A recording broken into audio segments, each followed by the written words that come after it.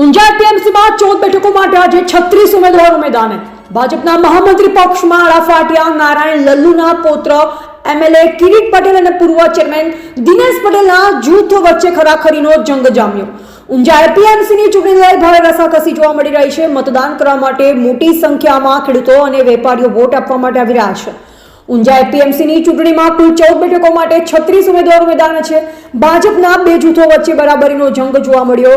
મહેસાણા સાંસદ હરિભાઈ પટેલ ઊંઝા તાલુકાના ગામના વતની છે, જેઓ મંડળીમાં મત ધરાવતા હોય આજે મતદાન કરવા આવ્યા. 14 બેઠકો માટે 36 ઉમેદવારો આજે મેદાનમાં. ઊંઝા એપીએમસી ચૂંટણી લઈ આજે એપીએમસી સંકુલ ખાતે 14 બેઠકો જ પૈકી ખેડૂત વિભાગની 10 અને વેપારી વિભાગની 4 બેઠકો માટે સવારે 9 વાગ્યાથી મતદાન શરૂ થઈ ગયું, જેને લઈ વહીવટી તંત્ર દ્વારા પૂરી તૈયારીઓ કરાઈ હતી.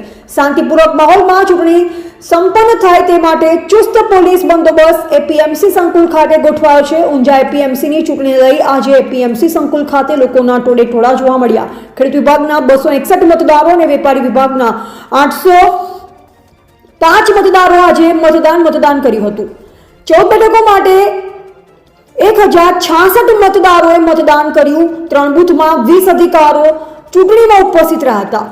3 પીઆઈ સહિત પોલીસ કર્મીઓ ફરજ ઉપર હાજર રહ્યા. 3 પીઆઈ, 7 પીએસઆઈ, 71 પોલીસ સહિતનો કાફલો એપીએમસી સંકુલમાં જોવા મળ્યો હતો. રિપોર્ટર ચેતન પટેલ, મહેસાણા. ઊંઝા એપીએમસીની આજે નિયામક મંડળની ચૂંટણી છે. એમાં 10 ખેડૂત પ્રતિનિધિ અને 4 વેપારી પ્રતિનિધિનો ચુનાવ થઈ રહ્યો છે. ખૂબ જ ઉમળકાભર્યા સુમેળભર્યા માહોલમાં અત્યારે ચુનાવની પ્રક્રિયા ચાલી રહી છે. ઊંઝા એ સમગ્ર એશિયામાં ખ્યાતનામ મસાલા બજાર છે, એટલે આની ચૂંટણી પ્રત્યે લોકોને ચોક્કસ જિજ્ઞાસા હોય, પણ અહીંયા આગળ ખૂબ જ સૌહાર્દભર્યા વાતાવરણમાં અત્યારે ચુનાવ થઈ રહ્યો છે.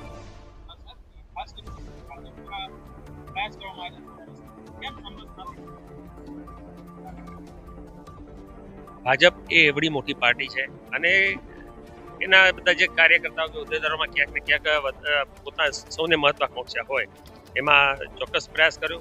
પણ એમાં જે કહેવાય કે છેલ્લી ઘડીએ કેટલાક લોકોએ ઉમેદવારી પત્ર ખેંચવામાં આનાકાની કરતો ચુનાવ બન્યો છે.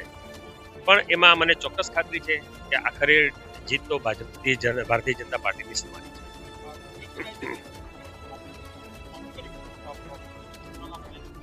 ના, એવું કંઈ નથી. પાર્ટી તરફથી સરસ સનિષ્ઠ પ્રયાસો થયા છે, પણ કેટલાક લોકોને વધારે મહત્વ છે, એના લીધે આવું થયું છે.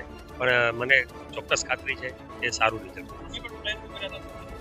ચોક્કસ કર્યા હોય, પરંતુ કેટલાકને મેન્ડેટની અપેક્ષા હોય અને મેન્ડેટ ન મળ્યો. બધાને તો મેન્ડેટ પાર્ટી આપી શકે નહીં. 10 ખેડૂત પ્રતિનિધિને આપવાનો હોય અને 4 વેપારીને આપવાનો હોય, એટલે બધાની અપેક્ષા સંતોષાય એવું શક્ય નથી. અને જે રીતે અત્યારે ચૂંટણી થઈ રહી છે અને માહોલ છે એ પ્રમાણે લાગે છે કે ચોક્કસ પાર્ટીની જીત. એ પાર્ટીનો વિષય છે અને પાર્ટી જેને પણ જે જવાબદારી સોંપશે એ મુજબ અહીં આગળ ગોઠવાશે.